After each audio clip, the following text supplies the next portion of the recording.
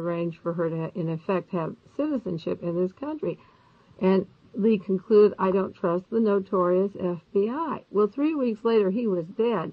And I went into every State Department paper that is published by the Warren Commission thing, and Marina Oswald came over here with not one signature on a paper. You try to go to the Soviet Union and come back and not be seen. Now, I went into the State Department testimony because John McVicker and Richard Snyder were the only two people in the Soviet Union that worked with Lee and Marina Oswald. Richard Snyder worked with Lee Oswald, and John McVicker worked with Marina to get her over to this country after she was married to him. And their testimony is a discrepancy. Those two men testified separately, and they both, one said one thing and one said the other.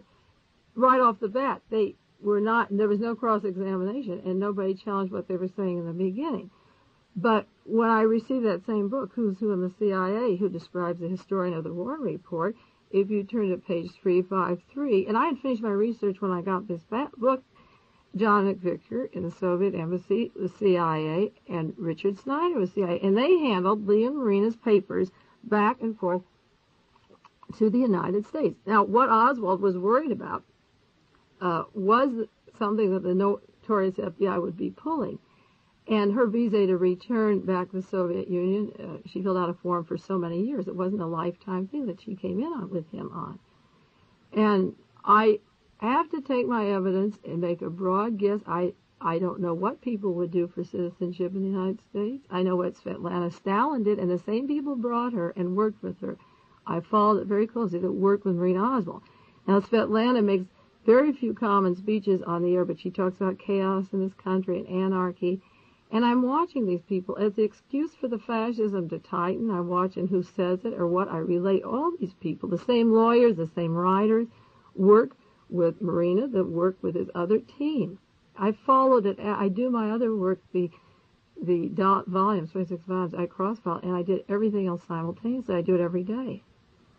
Since we've been talking about the research that you're doing, and it's obviously very hard for a person listening on the radio to be able to get everything down here or to be able to check and verify everything you're saying. But I've seen that you do have a bibliography of some of the material, some of the books that you're using.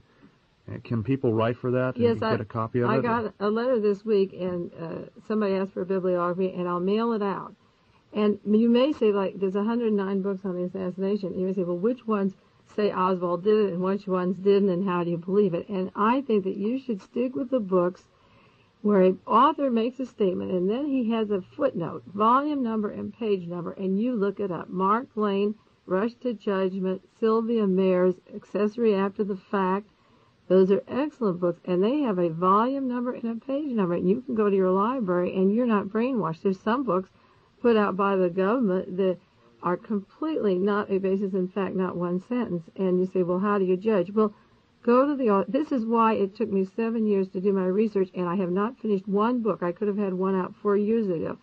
Is that I wanted a volume number and page number to back everything I said. And if you go into my filing cabinet of 200 books, or these 28,000 pages, every single page has a volume number and a page number. I don't have to say something, and then you say, Phil, where did you see that? And then I say, oh, I read it in the Warren Report, or in volume 23, Marina said this. I can say in volume 16 on page 33, this letter is here, or Lee Oswald's diary has the name of this woman in this volume on this page, so that historically, nobody has to go back and look it up.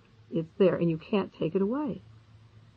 So I guess next week we'll get into more of the discrepancies. And well, if people would like to go into how we research or cross-file, I'll continue. If they want, they can call the station, I like it, or send a card to you. What's your address? Box 3904, Carmel, California, 93921, and then just put a card and say, go into research, and I'll continue with my cross-filing system. We only went into 6 subjects, but you can see how my mind worked just to try to find out what was happening. You know, when you're creating a personality in the first part that doesn't exist with the facts and back, you go to the witnesses and how many times they saw them, who they saw, who saw him beat her, who housed them, so that I have one book called Assignment to Take Marina. Who placed her in these homes? Who called and said, you take her this week, you take her this week? How she got her housing. And once you break this down, the way I did and took this time, you can go into the intelligence operation and see how other patsies in this country are created for political repressions that will get tighter if we don't stop it. See, my work on the one is so accurate that I never knew there was a Jim Garrison or a Clay Shaw. I wasn't working in the New Orleans area. But when the headline said that a Jim Garrison New Orleans had arrested a Clay Shaw, I picked up the phone, made a long-distance call, asked to speak to Jim Garrison. He was busy with news conferences. I spoke to Alcock in the office, or another gentleman. I have his name. I keep a record of the calls. I'm Mae Brussell in California. I'm a researcher. I've done this many years' work. I suggest that you go to the Riley Coffee Company, because that's the conduit of Oswald's funds in the New Orleans area. Well, the next day, I'm sitting in my family room on the news broadcast, and a Marcella who worked with Oswald at Riley was brought in for questioning by Jim Garrison, and he's working at Boeing Aircraft. My work is so accurate, and it did turn out to be right, that I turned to my section called Jobs, and what was happening. See, the landlady at the apartments, when they interview her as a witness, and they say, what's going on? Where did Oswald work? And she says, well, I don't know that he worked at all that day, because he was home all day, and he'd leave at night. And I'd see him, on the porch or with the wife, and the baby, and he'd work at night. Well, then he has to get a paycheck from Riley for something he isn't doing, because he may show up there 2 or 3 days. They gave him an oil can and told him to start at this top floor and go all the way down. And this is in the testimony. What did he do at Riley? So you go into who got him the job at Riley, what was his position there, and the landlady's saying a lot of the days he wasn't even there. So you have to know that he's being paid for something he wasn't doing. And that's why I called Jim in New Orleans. When you go into what these people are saying and you put it on a column called Jobs, you can look it up. And this is why the people in Washington, cannot take away now what we are saying to the people. Until next week, and we go into it all again, thank you, Mae Brussell. You've been listening to Dialogue Assassination.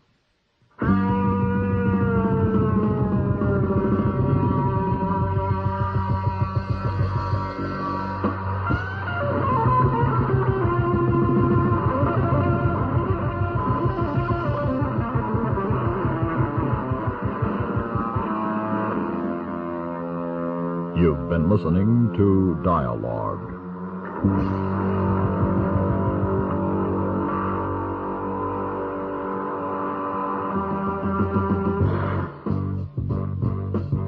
Dialogue is a presentation of the Public Affairs and Special Events Department of KLRB News.